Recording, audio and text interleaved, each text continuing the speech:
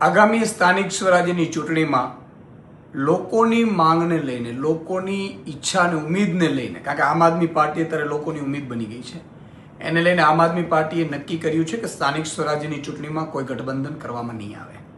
એ એટલા માટે નહીં કરવામાં આવે કે લોકસભાની ચૂંટણી વખતે કોંગ્રેસ સાથે દેશ બચાવવાની જ્યારે વાત આવી ત્યારે આમ આદમી પાર્ટી ગઠબંધન કર્યું હતું.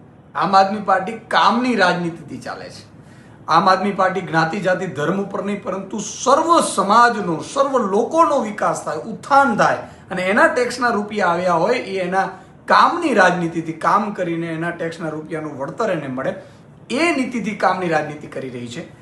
ત્યારે લોકસભામાં 4 પેટા ચૂંટણી આવી વિધાનસભાની.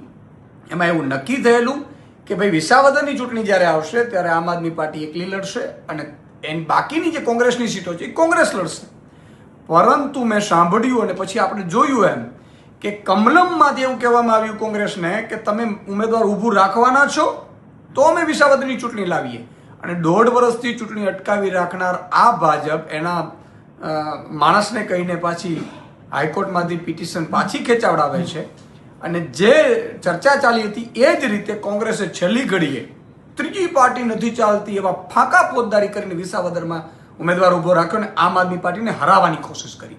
એટલું નહીં, કોંગ્રેસે એટલી નિમ્ન કક્ષાની રાજનીતિ કરી કે એમણે ઉમેદવાર તો ઉભો રાખ્યો પરંતુ પ્રચાર પણ એવી રીતે કર્યું કે ભાઈ તમે અમને મત ન આપો તો વાંધો નહીં પરંતુ ભાજપને આપજો પણ આમ આદમી પાર્ટીને ન આપતા. અને રૂપિયા વેચતા પણ કોંગ્રેસના નેતાઓ પકડાયા.